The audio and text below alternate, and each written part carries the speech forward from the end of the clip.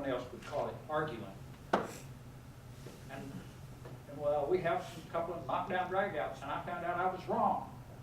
But if we hadn't had the knockdown dragout, I never would have found out I was wrong. Nowadays, they say, oh, you're not supposed to argue. You're not going to learn nothing unless you... If you have two pieces of iron, how are they going to sharpen if they're like this? What has to happen? They have to be They together. come together. When you look at the way that John the Baptist preached, it didn't go up. How did Christ teach? How did Exactly. On the same tone, you gotta have them coming together to make sparks, but if you have their blades just knocking against each other, you're not sharpening them. Right. It's got to have the common goal, common purpose. We're going to bump into each other. We're on the same team. You ever seen the lineman knock down the quarterback on the same team? It's going to happen. Yeah, I see that. And you've got to listen to people that are trying to correct you, not trying to fight you. Yeah. I think too, also, in your analogy, you have to look and say, hey, am I on offense right now, or am I on defense? Because if you're on defense, then you're probably not heading towards the goal. You're trying to keep the enemy from getting ground. Now, obviously we have an offense and a defense, so there must be a purpose for each one, in the game, at least in that illustration. Right. But usually defense does not score. It's the offense Usually. that's supposed to do the scoring. If the offense Yeah. drops the The ball, better teams, the defense scores. Well, I the agree. defense can pick up that ball Mhm. and run the other way, Mhm. they Right. might score. And I guess, I mean, I'm We're just taking saying. we're taking a pretty wide Yeah. berth on this. Yes, Yeah, analogy. we are. yeah. We sure are. But, does it apply or not? Well, the reason why I made the comparison is because if you look in our language, then are you being defensive? Oh, well, now you're maybe taking offense instead of, offending. if you will. I mean, now are you being offended? And we're trying to maybe avoid being offended and being on the defensive, and A lot of times we are. because that's not going to be heading towards the goal. So that's, and the simple thing I want to draw out is we have a big team with a pretty smart head coach who's got a perfect playbook who can get us to the goal if we'll quit fighting with each other and listen to him. We don't have one. Jim? One place I wanted to go back to, because I was looking for it, is the first place I really seem to see where, now bless the Lord your God, now where we're blessing God, is 1 Chronicles 29:20. David does a lot of it. David talks a lot about blessing God, in his Psalms and things like that. Bless the Lord your God. That's pretty much the first place I've found. Everything else is, First Chronicles 29:20 is the first place that I really see that blessed being used in reference to us blessing God. Nehemiah, stand up and bless the Lord your God forever and ever, and blessed be thy glorious name. Now, when we start getting into New Testament, the word that they use, eulogia, or I have it here, it has a lot more to do with the kneeling and honoring God.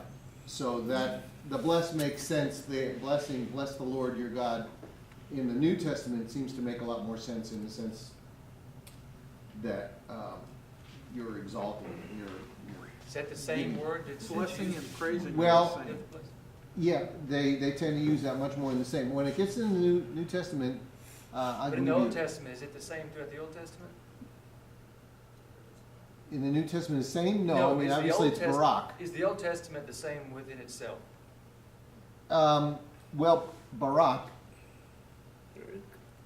means to, is to bless. May the Lord Barak, Genesis, whatever, the first mention is Genesis 1:2. God blessed them, saying, "Be fruitful and multiply, and fill the waters and the seas, and let fowl multiply the earth." Barak. That's the first mention of that word bless. And it's the same. That's word. following through, yeah. It's the same. And the reason I ask is because, you know, earlier when you said that. Right, to kneel. It had to be a superior, could only be the one that blessed, and it's the reason I. Well, that's what I was trying to find. That's what I've been trying to find, that is where, because there's some reference to that, that only the, and maybe Paul I'm, mentions that when he's talking about Melchizedek meeting Abraham. is that it? The greater shall bless the lesser?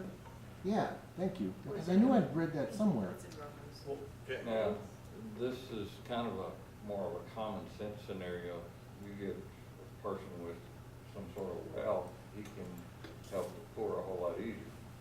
That doesn't mean that if that wealthy guy has a flat tire, that poor person can go over there and change it for him and bless them back. Right. Well, and, So- what you're talking about, blessing God, of course, if the way that we love God is love our neighbor, by blessing our neighbor, we are blessing God, and so that could be the perspective there. Yes. I've had some fun, interesting conversations, and a lot of this is with my aunt. She says, you know, love God. I said, I'm all there. I said, how? She said, just plain show me how to do it. Just explain to me, you know, well, you know, I just love them with all my heart. I said, how? Can you give me an example? And this is something that so many of us just skip over. Could you just put down a few quick ways of showing us how to love God? How to love God? Well, what we have to start with is the definition of love. That's similar to that verse, isn't it, to be ready to every opportunity. And she always loves to give me answers that, with words that cannot be measured or weighed. And that makes it very difficult to explain. So I gave her back, I said, you know, one of the things that we can do to show God that we've loved Him, one of the highest forms of worship is study. It's what we do. So I gave that to her. I said, here, now, give me something else, you know, just trying to get her started. Because this is something I can physically do. Right. That we can sit here and we can work at learning more about Him and how to have that relationship. But how else can we show God that we can show His love, show Him that we love Him? Obedience I is can't- how we show. I cannot weigh or measure that one. No, but I'm saying, if you obey that which God requires you to do, then that is blessing God, because your obedience blesses God. In the mind of But it says you can't live. in the mind of a modern day Christian, obedience is to what Yeshua said, and He said, love God.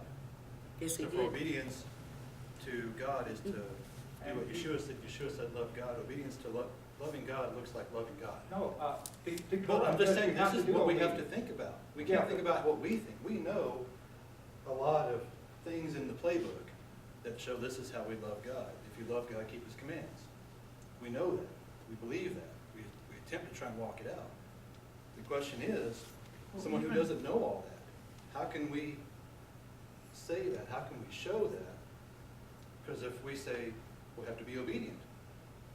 To what? Well, you do that, Christ said, if you love me, you'll keep my commandments. It was one of the main verses that I started with. Right. And then I went, well, what are His commandments? Love God, love your neighbor. That's it. We're done. No. Well, that, all just the other, that all the- and all the everything is rest- built on that. Let him finish. Not unless the modern mindset is that's all we have to do. There's a problem that that's all we have to do. And I can decide for myself what that looks like. We have to get over that. Gabriel. Okay, so and Jim. going on this whole idea, what does it look like to love God? And Show this me. is something, it's not of, what would God take as love? I may say, I'll do an episode on for today, that's showing God I love him. Now, that may not be what he considers love. Sure. So, Okay. it's not my opinion, it will be God's opinion. Go ahead. Okay, sure, right. Okay, so let's go back to the analogy, because I think this is fantastic. We've got a whole list of instructions that the coach gives us. Okay, here are the rules of being on the team. Okay, you need to wear this color of sneakers, you need to wear the right jersey, make sure your shoes are tied, put your mouth guard in. Okay, everyone on the sidelines is doing that. They might not do that. Maybe their jersey isn't on because they're not about to go on the field. Okay, so we've done all that. Okay, we've got our mouths guard, yada, yada, yada, right? We know the playbook. Okay, but these things are important. They're prerequisites for being on the field, okay? Have we shown the coach we love him by doing this? Yeah. Okay, but how do we really show the coach to love him? So here's the question. What is the primary objective for the believer? Goal. What's the goal? And I think there's really one answer. Let that. What did he say to do when he ascended to heaven? Go. Go ye into all the world and make disciples, teaching them everything I command you. Go make disciples. Take the kingdom. And preach Tying the your gospel shoes, of the wearing all kingdom. that stuff, that's good. Do that. You gotta do that, because we're playing the ball. But what's the point? If you haven't given him love, going out and doing it, not there yet. That's going out and doing it. You could be traded. So, You don't have any loyalty to the team. so the analogies of, putting on the uniform and all this, what is it today? In this culture? In our life? How do we show God we love him? What can I do today that would show him? The second one, as I said just a few minutes ago, trying to eat kosher. That I am doing out of honor and respect because he asked me to. That is a way that I am trying to show God I love him. Not because it's bad for you or this or that. It Right. is a choice that I have made to obey his instruction of that. And so that is a second one. I mean, I'm hoping that other people will throw other things out that would help establish a physical way to show God you love him. Well, Solomon says that even a child is known by his actions. So if a child loves their parent, if a child respects their parent, they're gonna do what the parent says. So we have to go back and say, okay, well, my parent has told me to keep the Sabbath, so I need to keep the Sabbath.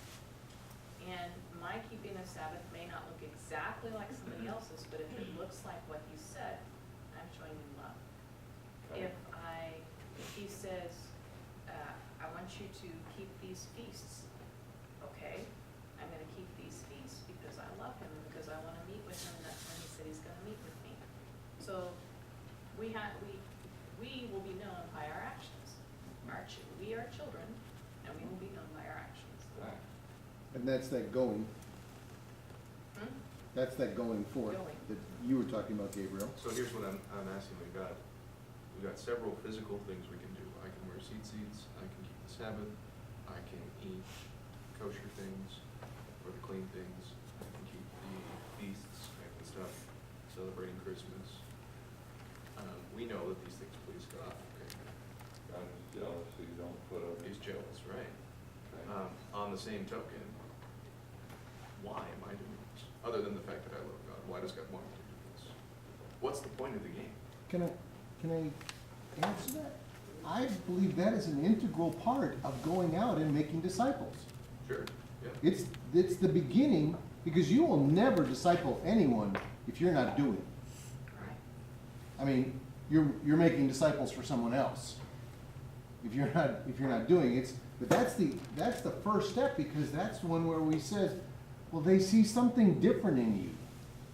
That's the beginning of establishing discipleship, is that they see something that they want to do that you are doing. So obviously, that's your credentials for being able to disciple them. Could you imagine someone saying, My God, they don't eat pork. I can't believe that. Look at the way they're not eating pork. I have got to have that. Well, can you conceive something like that happening? Be about business, I'll show you one that was just not quite that blatant, but just nearly. Okay. My brother and I run the business. Right. I asked, and right before Christmas, they would give a ham to everybody. Right. I decided, well, if they want to go buy him, I have no problem at all. But I really have a problem with giving them a ham. Right. And so I'm like, So I talked to my brother, and that's a whole another story, in that. But his wife comes to me and says, we'll just do it on out of their money. So they still do it. To me, it's an extraordinarily blatant, in-your-face attitude. Yeah. That kind of like you just said, I can't believe this, No. And it's just like, shove that. No, I guess what I was getting at when I said that, I didn't kind of make much sense. How often would you imagine people saying, that man doesn't eat pork? Oh my gosh, that's the ticket to eternal life.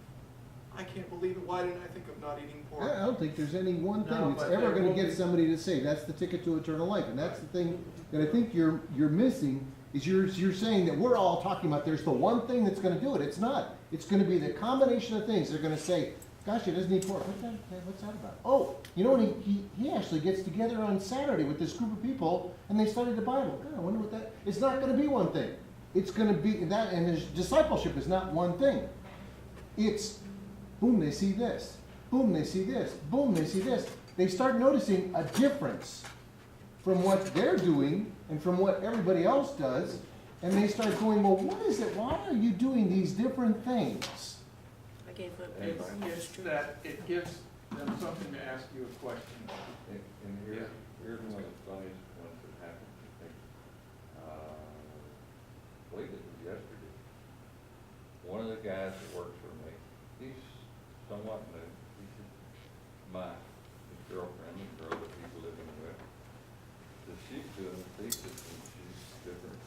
And you do all the Jewish stuff. She wants to interview you on some of that. And I'm like, never talked to this guy at all, ever about it. But that's how I'm perceived. Now, here's the fun part of it. I'm sitting there thinking, I said, well, one of these days she'll either come in, sit down, we'll talk about it, or she'll call me up and something and we'll go over it. But there's two parts to this. And once that she brings it out, now this is just one of those little things that you'll get to, as we talked about going out and doing. I'm very proud that my example brought up a question. I can tell somebody something when they have asked a question. I cannot tell somebody something if their ears are closed. I've got an opportunity, and I'm gonna say there's two things, and I'm gonna make sure that they understand. There is the good of Jewish traditions. And then God's instructions. Which one do you want to talk about? That's, because I'm not trying to be Jewish. And I always find it so funny when people think if you are doing the instructions of God, you're Jewish? Oh, Just one more vote. redneck than anything? It's incredible where our society is. Even reading the Torah portions, one of them said, and yada yada, why the Jews, before the Jews were led out of captivity in Mhm. Egypt. Yeah, gotta love it. Along with another tribe. I Well, wonder, it's, has anybody in here been accused of being a Gentile? We're about to see that, Jewish Gabriel. friends. It didn't kind of interrupt that, Gabriel. Yeah, so I guess Real I'll quick. hand it over to Phil once we're done. I just wanted to kind of drive the point home, what I'm trying to say, because I didn't feel like it kind of got muddy.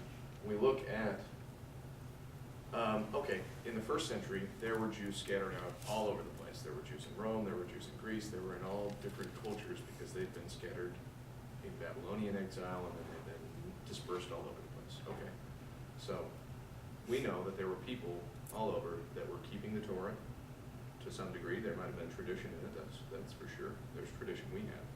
Okay, so they were doing the Sabbath, they were keeping the dietary laws, they were doing the feasts, they weren't doing the pagan feasts. Now, what makes that different than the Book of Acts Church? Why did the Book of Acts Church turn the whole world upside down? So what are the differences between these things? So that's what I'm getting at. They had they knew what they were doing. They had the kingdom mindset. They had the goal in mind, and then they were walking with the power of God. So, I mean, what are we called to do? We got these two different things. What are we called to? Sure, these guys were keeping the Torah. The Book of Acts Church was. But it wasn't that made them what they were. Because if it was keeping the Torah that made them what they were, then everyone else would have been doing that.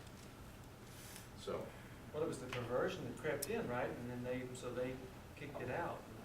Also, I found out on the interpretation of what they decided in Acts is not real, if you don't understand Jewish culture around the Jewish people, you don't understand what they really were saying. Because if you'll notice, he didn't say not to do this, not to do that, or boo, boo, boo, that they only were required to do. No. To start with, they had to do this, this, this, because they will go to the tabernacle each Saturday and learn Mosaic law, which means that they would eventually evolve into following the law, Torah, like it was supposed to.